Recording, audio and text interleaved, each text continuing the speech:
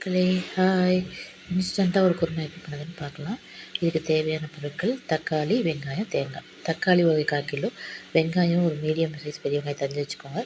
தேங்காய், சோம்பு, மிளகு இதெல்லாம் சேர்த்து அரைச்சிக்கோங்க. ஒரு பாத்திரத்தில் 2 ஸ்பூன் எண்ணெய் விட்டுட்டு தாளிக்கிறதுக்கு கல்பாசி கொஞ்சம் ஒரு 2 பிஞ்ச் அளவுக்கு போட்டுக்கோங்க. அதோட 2 பிரியாணி இலை. உங்களுக்கு வாசம் ரொம்ப மசாலா ஃப்ளேவர் பிடிக்கலன்னா 1 போட்டால் போதும். நான் 1 போட்டிருக்கேன். அரிஞ்சு வச்ச பெரிய வெங்காயம் இதையும் சேர்த்து போட்டு நல்லா வதக்கிக்கங்க.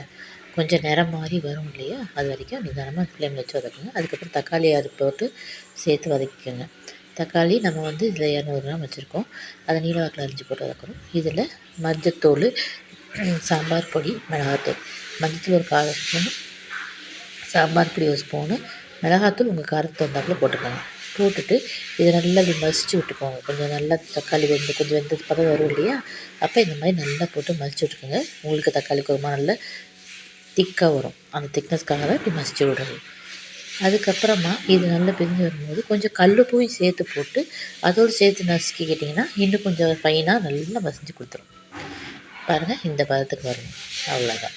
அதுக்கப்புறம் நம்ம அரைச்சி வச்சுருக்கோம் இல்லையா, அந்த தேங்காய் விழுது, தேங்காய், சோம்பு அதை எடுத்து இதில் போட்டுக்கோங்க.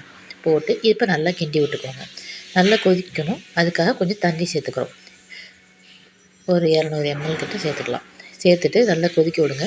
கொதித்து வரும்போது மேலே கொஞ்சம் நுர கட்டின மாதிரி வரும். அந்த நுரையே எடுத்து போட்டுருங்க.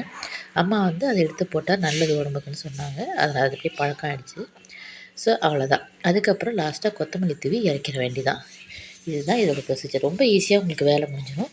இது இட்லி, தோசை, சப்பாத்தி பொரி எல்லாத்துக்குமே தொட்டுக்கலாம். ரொம்ப நல்லா அருமையாக இருக்கும். நீங்களும் செஞ்சு பார்த்து கமெண்ட் சொல்லுங்கள். Thank you friends.